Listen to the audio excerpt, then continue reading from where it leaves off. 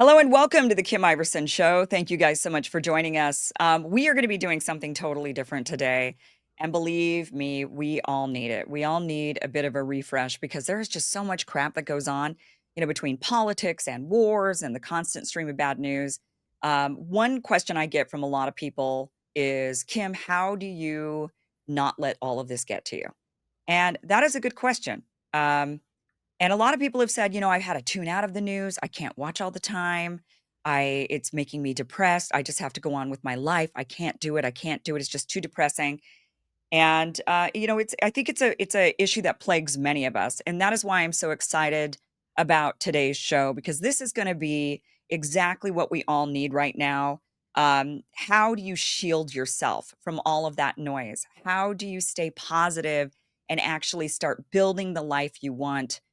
My guest today is Eddie Connor. He is a soul intuitive and author of Fixin' the Big Butt Syndrome, and truly one of the most gifted psychic mediums I've ever met. I had a private reading with him recently, and let me just say, he was absolutely spot on. Beyond that, his energy is infectious. He's happy, he's positive, and uplifting in a way that just makes you feel lighter just by being around him and listening to him. Eddie has been featured on the Calling Out podcast with Susan Pinsky and Dr. Drew, Australia's morning show and Coast to Coast AM with George Noory. He's featured as LA's premier psychic in the documentary Ghosts and the Afterlife, and named one of LA's top psychic mediums by CBSLocal.com. But today's show is about helping us understand, not only what psychic mediums do and how these how these readings work, and how tools like the law of attraction can help us stop focusing on what we don't want and instead start creating more of what we do want. We're also going to be talking about how we shield ourselves from negativity. And then, of course, yes, we're going to talk about the interdimensional beings that have been brought up in the news lately. Are these actually ghosts, angels, and others from the afterlife? That's what we're diving into today on the show. Eddie Connor, welcome to the show. Thank you so much for being here. Are you feeling foggy, drained, or stuck in low gear? Your brain and body run on cellular energy, and when your mitochondria, which is the tiny power generators in your cells, slow down, so do you. Introducing Recharge from the Wellness Company, the brain energy hack you haven't tried. It's the first ever formula to combine NAD+, methylene blue, and PQQ in one powerful daily supplement. NAD+ is what your cells use to create energy. It powers everything from DNA repair to how well you age, while methylene blue helps your mitochondria work better so you get more energy and less cellular stress. And PQQ, well, it helps your body make more mitochondria, boosting brain and body performance over time. This triple threat formula is backed by our chief medical board and designed to give you real results. Feel the difference with enhanced mental clarity, sustained energy, sharper focus, and protection against cognitive decline. And no, it won't turn your tongue blue. So take 2 tablets each morning and ignite peak performance from brain to body. Head to twc.health/Kim and use code Kim to get 15% off plus free shipping. Again, that's twc.health/Kim and use code Kim to get 15% off.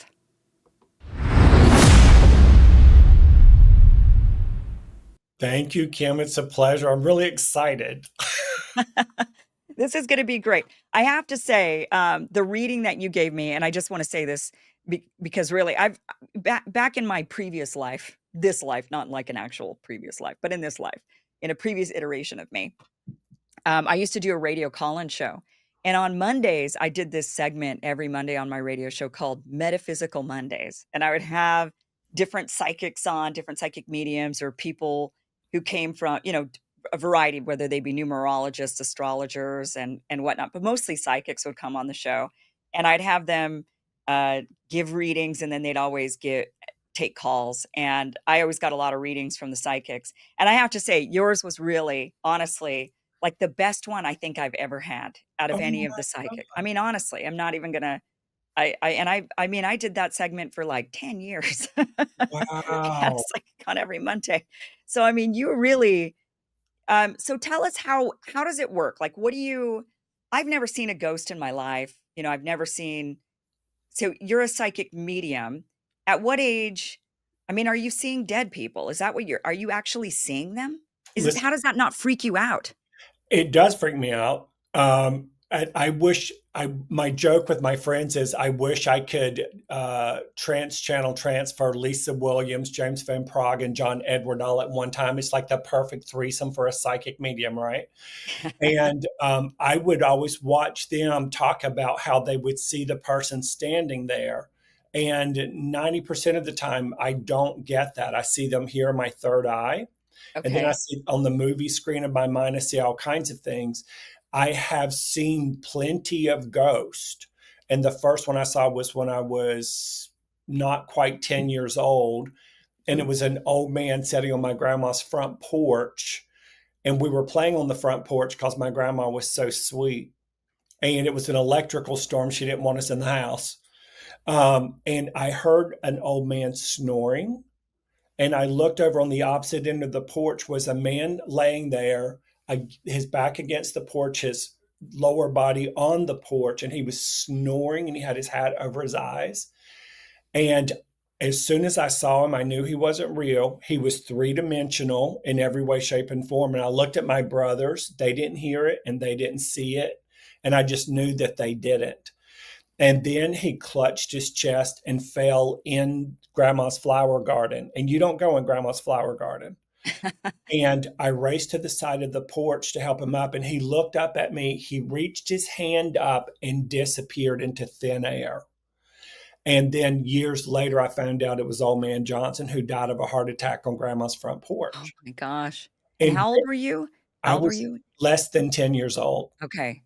And Okay. ghosts, for me, they feel very different than spirits and angels and spirit guides and the soul and the higher self. They feel more dense and a little bit more sometimes desperate energetically. But I like seeing them here. And I like it when they're animated so I can get a good lock on them. Thank you. They just said to say to you specifically, because you have such a very well developed imagination, sense of self, you do the work, you understand the workings of the soul and how to deliberately create, you're the perfect candidate for someone like us to do readings for. Because when we say the prayer and then click in, it's like boom, boom, boom, boom, boom. And everybody's not like that because most people are talking about what they do and don't want in the same thought, feeling, or frequency, and they're in a holding pattern. You are like shooting to the stars. That's your Hmm. energy. Well, that's that's good to know. I got good energy. Um, so I mean, we've all seen The Sixth Sense, right? That movie. So, I mean, is it like that? Like I see dead people. It is. I can't believe you said this. This is your soulchronistic sixth sense working. We literally just saw M. Night Shyamalan in the little cafe where we were having breakfast at, Oh, really? who directed and created The Sixth Sense. Yeah.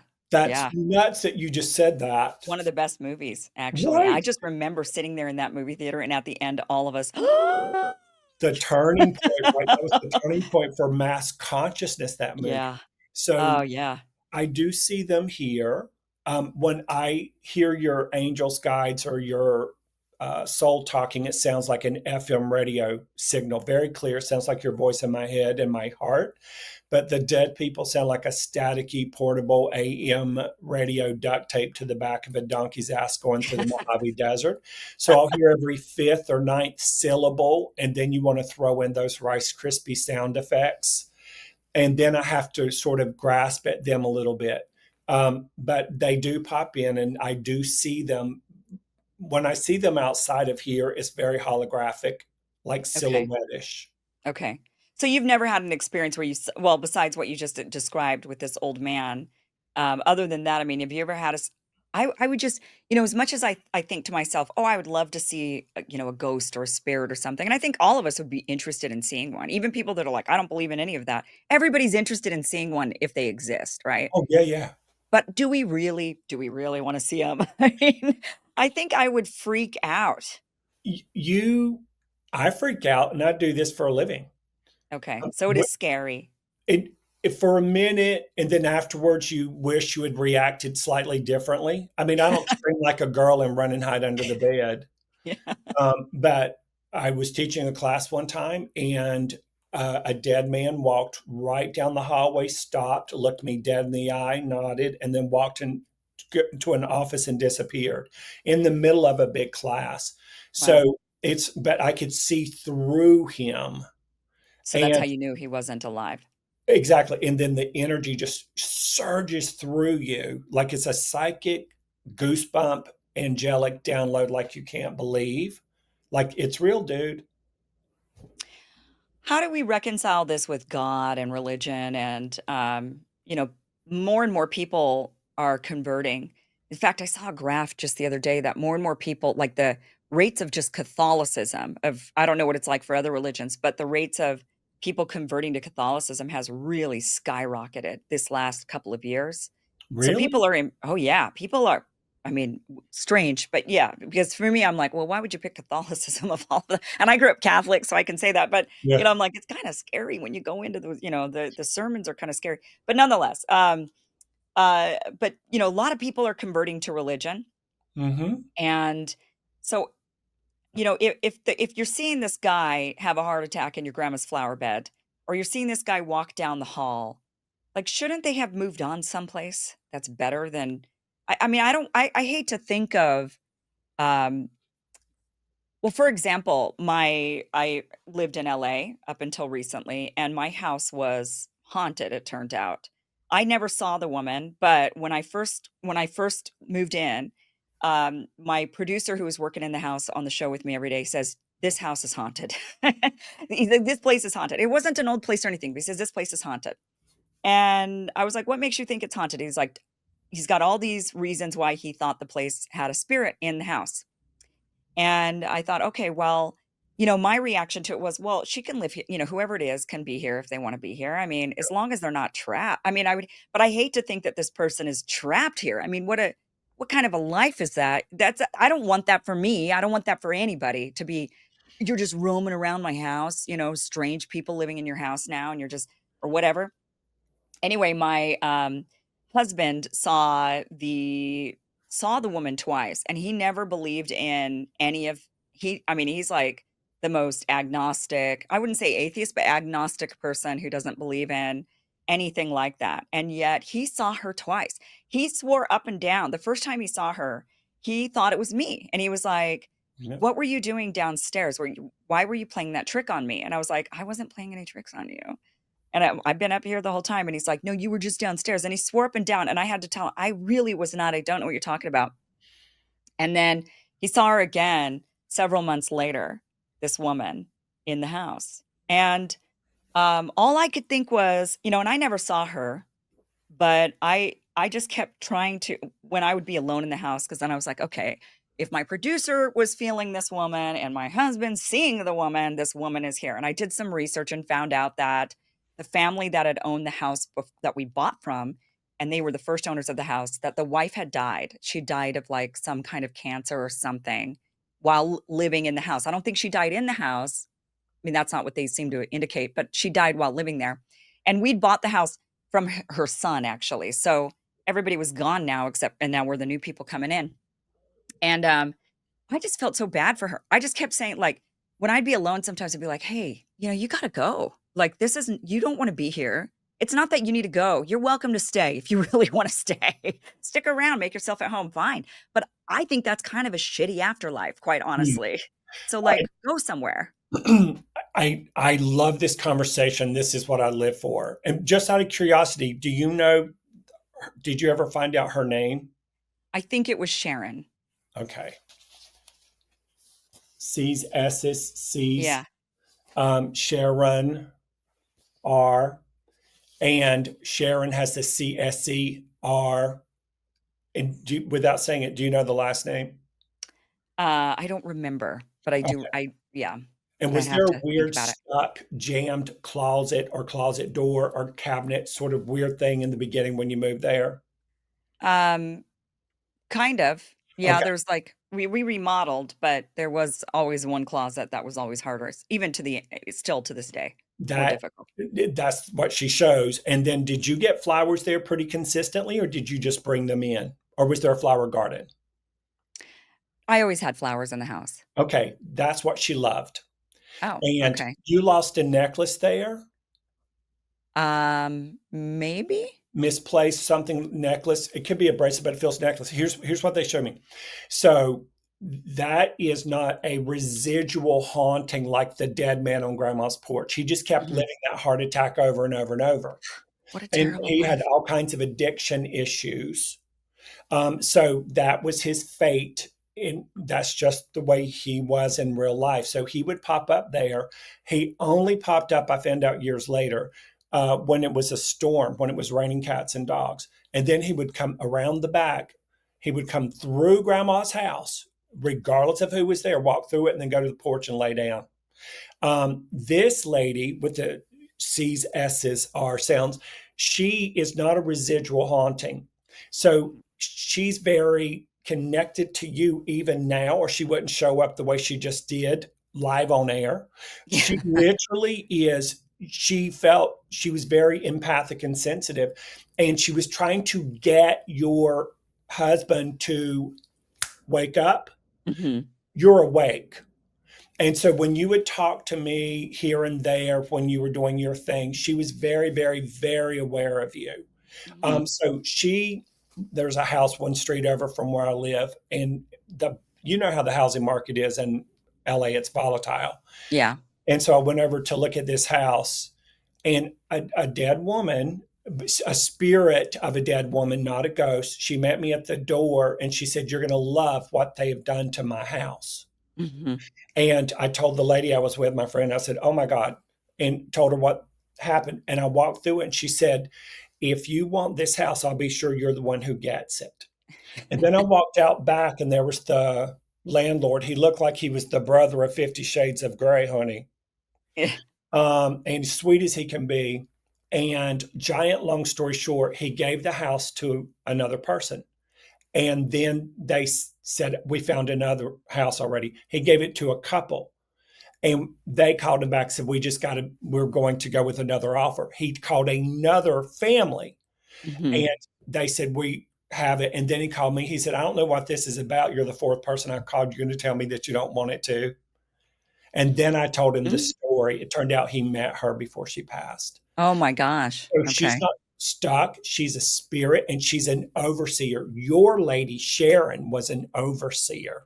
My Okay. lady's name in that house was Susan. She was a flight attendant. Oh. But I So mean, why don't they just go on to they a better life? they are. She is everywhere she wants to be when she wants to be there while simultaneously living her fullest life in the rest of the universe. So that's just a memory sort of for her, but she can come back in a physical lifetime. She's living another physical incarnation in her dream state. She can come back there and hang out with y'all. Like, who are these people in my house? Why aren't they going to What do fix that you stuff closet? what do you mean by that? Like she's already reincarnated into a new life? Like, I'm sorry, Susan has over here in the house I was in, but Uh-huh. with you, your lady is already in her parallel lives simultaneously and in non-physical simultaneously. And then she has anybody who appreciates something that she had a heart connection to, and you did. You appreciated that property like she did. Yeah. And a spark goes up in the ethers, and she goes, "Oh, what is that? What is that?" And it's like a deja vu for her. And she goes, and she's in your house talking to you too. Thank you for watching this clip from the full Kim Iverson show, which you can catch Monday through Friday, 2 p.m. Pacific, 5 p.m. Eastern at KimIversonShow.com. It is free for you to watch. Again, 2 p.m. Pacific, 5 p.m. Eastern, KimIversonShow.com. See you there.